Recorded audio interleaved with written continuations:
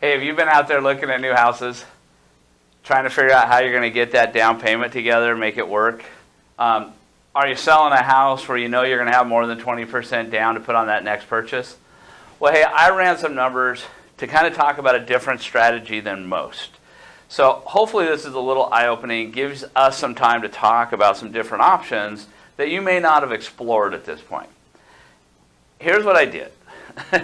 Okay, trying to address the down payment issue. It's because a lot of people don't understand that you could get in with as little as 5% down and not have monthly mortgage insurance. How does that work? Well, here's how this works. So I use $750,000 as a purchase price with $75,000 down, 10%. $5,000 in mortgage insurance one time up front alleviates the monthly mortgage insurance. And then we have approximate closing costs of about 10 grand. Now we've got $90,000 out of pocket to buy a $750,000 house. All right, pretty cool. Monthly payment, roughly speaking, $4,300. And before I get in trouble, this is for illustration purposes. All the numbers are relative. We can talk about that at length later. So, monthly payment, $4,300. Well, if you do 20% down, that means you get rid of the mortgage insurance. Great, fine. But your payment only goes down $400, right? 75 grand down payment, $150,000 down payment. $400 difference between the two payments. Now let's be honest. If you can't make a $4,300 payment, are you going to be able to make a $3,900 a month payment? Some of you may be. But the relativeness of the conversation is it's $400 a month difference. So, why? Why is this important? Well, is there a better way to use the extra 10% down that makes more sense to you and your family?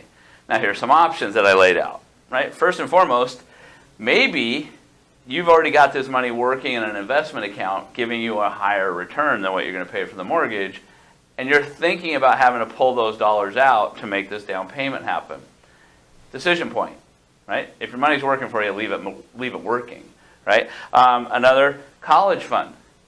I don't know if any of you know about the GET program, but you could use this offset, even though you're going to put it in the house. Say you've got net equity out of a home you're selling, you're going to use those dollars to put here.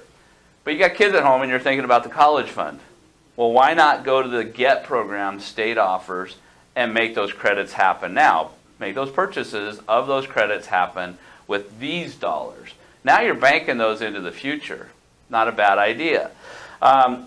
Put it in a CD, put it in some kind of liquid account. If you're someone who banks on overtime or commissions, or you're in a career field where you stand a chance of maybe getting hurt on the job, wouldn't it be great to have these dollars sitting in an account that you could draw on in the event that you have either an injury or a couple slow months?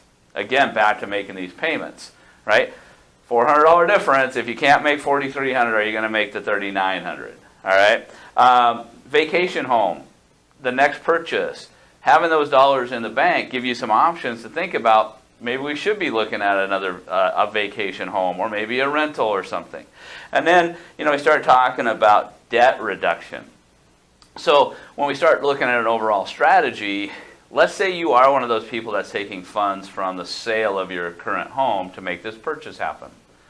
Well, maybe it makes sense to really look at your debt structure. Maybe you're carrying an RV payment, a couple cars, some things like that it makes sense just to clean them up. Pay them all off with that extra 10%.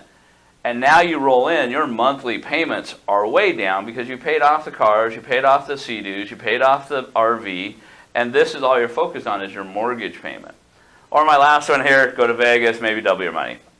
Just joking, nobody can take that for real. All right, but I just wanted to show you, give you some examples of what it could really be if you chose not to do 20% down. You can do this with 5% down, you can do it with 15% down.